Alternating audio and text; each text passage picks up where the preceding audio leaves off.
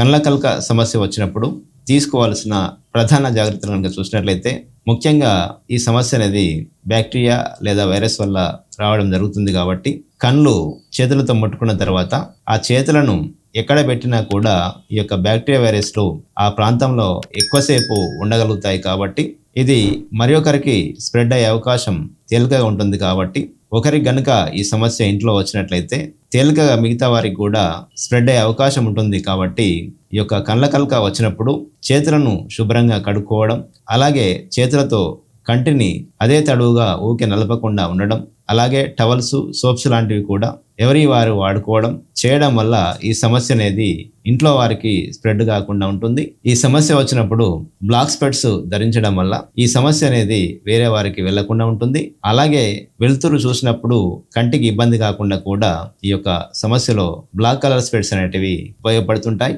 ఇవి ధరించడం వల్ల ఈ సమస్య నుండి త్వరగా కూడా బయటపడవచ్చును. ఇలాంటి కొన్ని ప్రధాన జాగ్రత్తలు కనుక తీసుకుంటే ఈ సమస్య అనేది ఇంట్లో వారికి స్ప్రెడ్ కాకుండా ఉంటుంది. అలాగే తేలికగా ఈ సమస్య తగ్గడానికి అవకాశం ఉంటుంది.